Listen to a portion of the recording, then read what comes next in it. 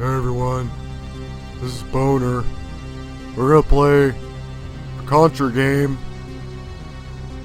Waiter! Welcome back to Contra Shattered Soldier. When last we met in this great YouTube nation of ours, we took care of some really grody ass business going on below the city, and now we're gonna travel to the sea and take care of whatever's going on down there. Apparently there's like a deep sea power plant has been taken and neutralize the enemy and secure the remaining lifelines so that hostages can be evacuated. Let's just do that then. Let's just do that. It's what I'm paid to do. And this gets off to basically one of the more iconic starts of a Contra game, and or at least like a Contra stage. This is kind of like the more homaging to Contra 3. Like, this game's got a huge boner for Contra 3, which, given my distaste for Contra 3, you'd think I would have more of a problem with, but I don't actually. And I can, like, flip on my missile by pressing the jump button for no reason. You can tell there's not a whole lot interesting going on here, right? And like that, we're off to fight what should be, and actually, like, probably when you first play the game, should be one of the cooler bosses in the game, but actually is kind of really not. It's not really all that exciting of a boss at all, because it's just kind of, well, you're gonna find out as we go through here, but this boss is just kind of big, dumb, and slow, and really tanky, and has a really simple pattern, and not a lot of attacks that are all that difficult to contend with, and one attack that is kind of just straight up a joke. But, you know, you'll see here in a moment kind of why this boss is a bit of a pain to deal with, and I don't mean that in terms of difficulty, I mean that in terms of just he's time consuming. So we're just gonna go all the way back over here and repeat this very basic pattern of dodging the depth charges that are coming from below, shooting out the missiles coming from the top, while trying to blow off this backpack, which we've thankfully done in relatively short order. And those depth charges can be kind of a pain in the dick if you're playing two-player mode, because you never actually know which player the depth charge, or any depth charge, is targeting until it's already below that player and exploding. So best to kind of just stay up near the top of the screen and not worry. And look at this. Like, why did this even need to happen? Look at this guy. He's just like, you're prolonging the inevitable. I didn't take out the jet ski fast enough, so if you haven't guessed by now, it's just because, you know, hey, the jet ski is what allows him to do this. But thankfully, that is all done and taken care of. And we're going into the, not really second portion of the fight, but kind of like this. When you've taken off enough parts, this will start to happen. And this is like an attack that you should never ever get hit by, ever. And if you do, you should like never be allowed to play video games ever again. So if you've played Contra Shattered Soldier and you've been hit by this guy's energy whip, it's like, turn in your gamer license now. Gamer license? It really does sound like a thing some people, well, I guess if we're talking about Gamergate type, there is a gamer license or something that you have to have. I'm not sure. Whatever. You guys are dorks. Right. And not even dorks in a good way, but I am not here to make social commentary. I'm here to fill time while this boss takes 9,000 years to die, and thankfully the worst is over. But that's a really cool boss the first time you see it, but like the more you play the game, it's just kind of tedious and boring, and it's just it feels like at least 40% of the stage, just because of how long it is. Because the rest of the stage goes by in relatively short order, and truthfully is not that difficult. I mean, it's got some tricky moments. Don't get me wrong. I'm not gonna call a Contra game easy, except Contra 1 on NES. That game's easy. Stop putting it on hardest game ever list, people. Seriously. But this cool little propeller doohickey I have, it has a cool little extra feature where you can press the jump button and fly up towards the top of the screen really quickly.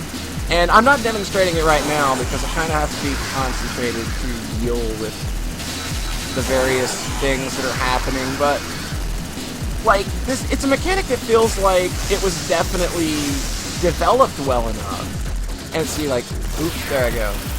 And you can like control how fast it goes up with the down button. But it's a mechanic that feels like it could have been used in another stage gimmick, but this is kind of like not that kind of Contra game. It's not a Contra game that really has that much run and gun going on. So this kind of like reminds me a lot of Neumann Cascade stuff from Contra Hardcore, but kind of easy when compared to the rest of the stage. Just trail behind him a little bit so that these little homing bubbles don't, you know, get on your nerves or have any chance at all of conceivably hitting you. And you just dodge through these lasers. It's not a problem. And this will be over in relatively short order. And now he's just a big old goofy looking brain. And this is really all there is to it. It's not that difficult. I actually died a lot here in some practice playthroughs, so that was pretty cool.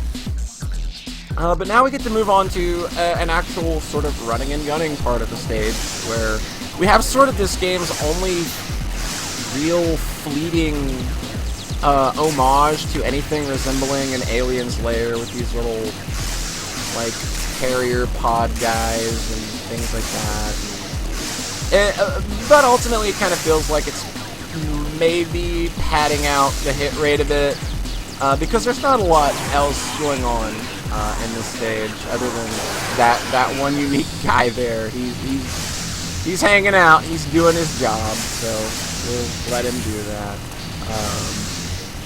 But, you know, it's not really the best we've seen of Alien's Lair, but maybe not the worst either.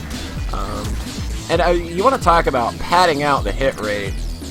We'll talk about that in a moment, but first, oh my god, Seaman is pissed! Good fucking god, like, this guy is pretty high on my gross-ass bosses list.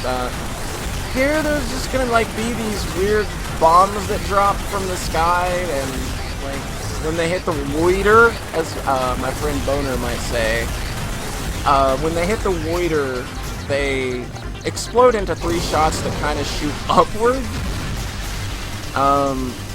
And, yeah, it just kind of feels, again, like a lot of padding in this stage, unfortunately.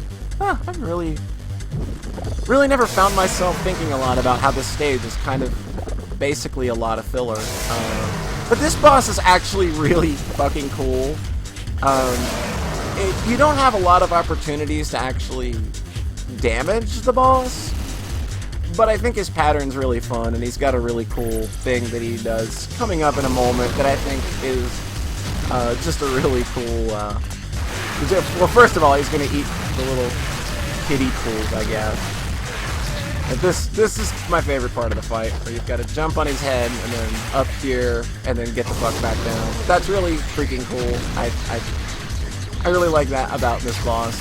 And I also absolutely love his design, just because of how hideously grotesque he is.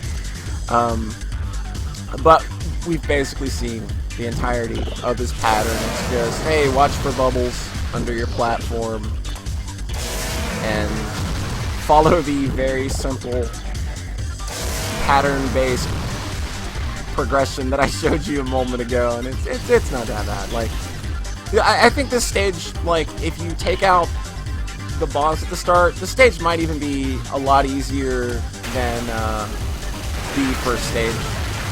So, although I'm not sure I would recommend going through this stage first,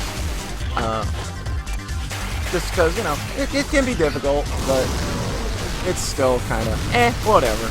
And this is another boss where I've never seen that happen before. I've never actually. Well, that's crazy. Hey, who wants some fish? Who wants me to die? Yeah, if you die after beating the stage, don't worry about it. I was gonna jump on him and turn on my flamethrower, but yeah, whatever. It's no biggie. But yeah, I've never actually beaten the boss while he was jumping over me, and I didn't know that, like, when he got to the back to the bottom, he would just go into his death pattern. So that's kind of crazy. So yeah, that's the first 4 main stages of the game down. We're still holding tight to an S rank, even though I kind of went back an episode ago and cheesed the S rank on stage 2, but we can keep that a secret. Next time we're gonna head into the archipelago, find out what great, horrible monstrosities await us there. So we'll catch you here next time. Later.